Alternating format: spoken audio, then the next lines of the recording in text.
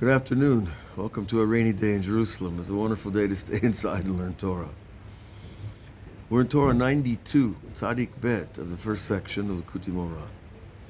Al Yidei, Ma Shadam Navanod Betoch Beito, through a man pacing up and down his house. Yochol Lechayot Metim, he can bring back the dead, give life to those who have died. Sounds kind of outrageous. Sounds like a promise I'd like to see happen, right? כמו שכתוב, Elisha, the famous prophet and student of Eliyahu, Elijah the prophet, כשחיה את הבן השונמית, he brought back to life the son of a woman called the Shunammite. She was from this place, and her son was a blessing of Elisha. And then he died. And then the prophet came back to bring his blessing back to life. Are we prophets from the Bible? Listen to what the Rebbe says. And it's written about him, Vayelech achad henna v'achad henna. They walked this way and that way. Elisha walked המובא בתיקונים, and the Zohar says, אלמלא כנפי רוח דנשווה על ליבה, הווה ליבה או כי כל גופה. If it wasn't for the lungs breathing upon the heart, a person's body would completely be overheated. That is to say, our lungs are like a radiator to the motor of the heart. And without those lungs, without that cool air breathing in, our body would overheat. So we have this contrast here of fire overheating the body and air and water cooling the body. What does it have to do with bringing back the dead?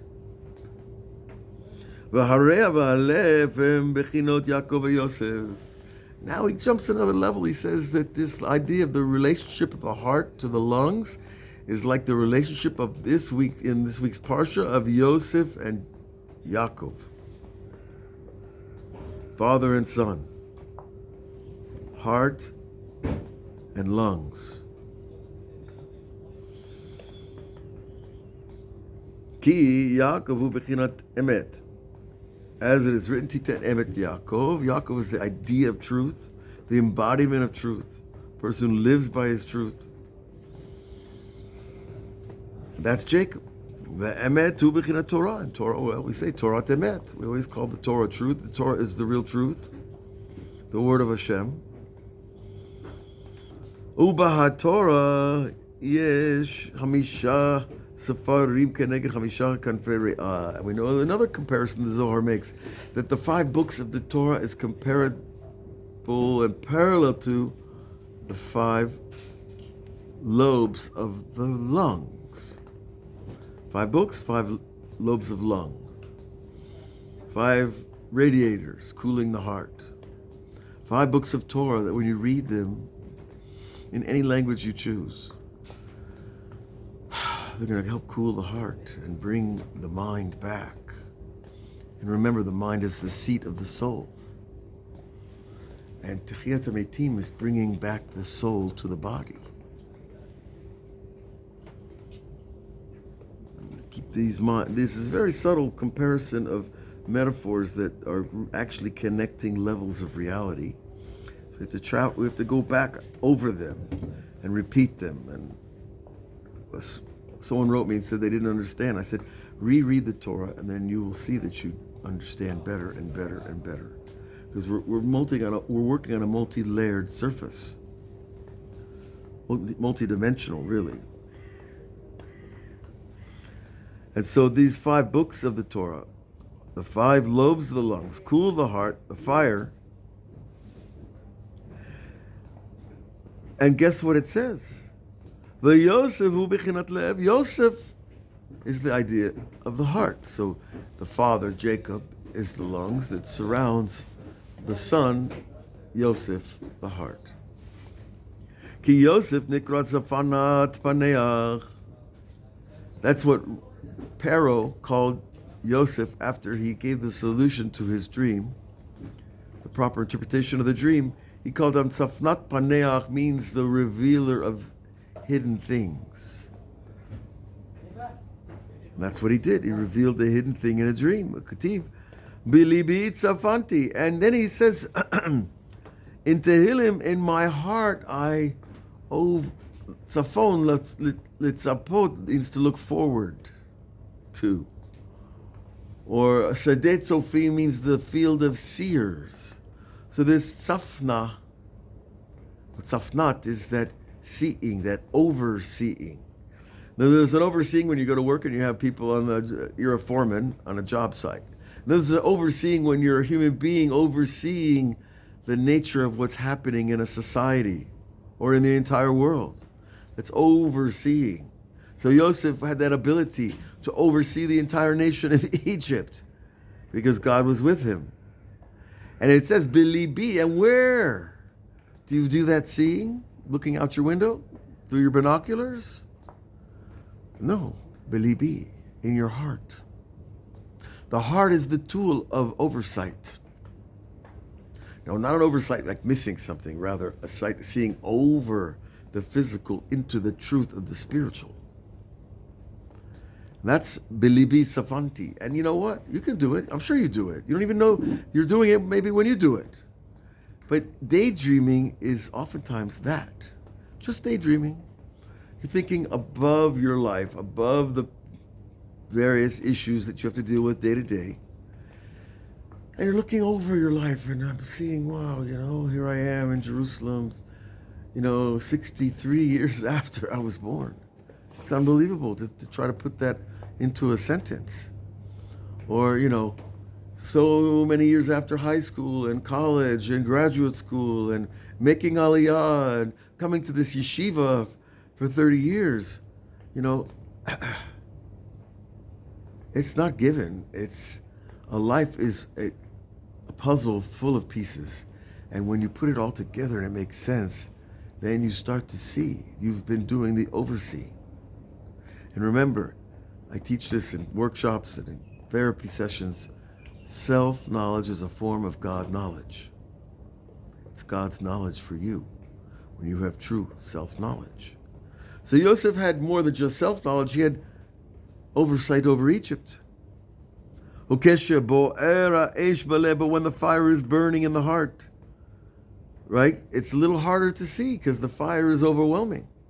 It's the cool-minded. Ish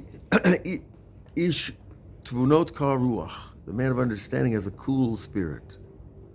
He chills, and then his spirit sees. And when that fire is coming, it wants to burn over the whole body. And because the lungs are doing like this upon the heart, they're cooling the heart. And the breathing of the air going through those lungs is also helping to cool the heart. And it cools and calms the heat in the heart. Therefore, about Jacob it is said, Bikesh Yaakov, Jacob, that is to say the lung in our metaphor, requested Leshe b'shalva. He wanted to rest in tranquility. When you get to be 147, you had enough of the CNN news, right? There is no more news that they can present to you that's news because you've seen it all so many times, and you just want. Isn't there any tranquility around here? When Yosef requested to sit in tranquility, the evil fire of Joseph jumped on him. Said, what do you mean? You're the tzaddik ador. You're the greatest of the generation. You can't just sit and be tranquil while everybody else is suffering. That comes as the heat in the heart.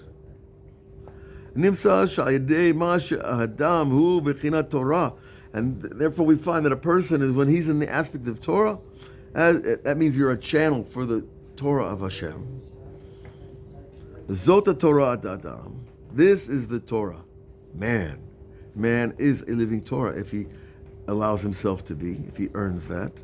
נע ונד ואפילו בתוך ביתו. He wanders, he paces about his house. יכול לשכך את האש שהוא בחינת דינים, and he can cool that fire, that those judgments, those negative forces, those forces that want to destroy, he can cool them.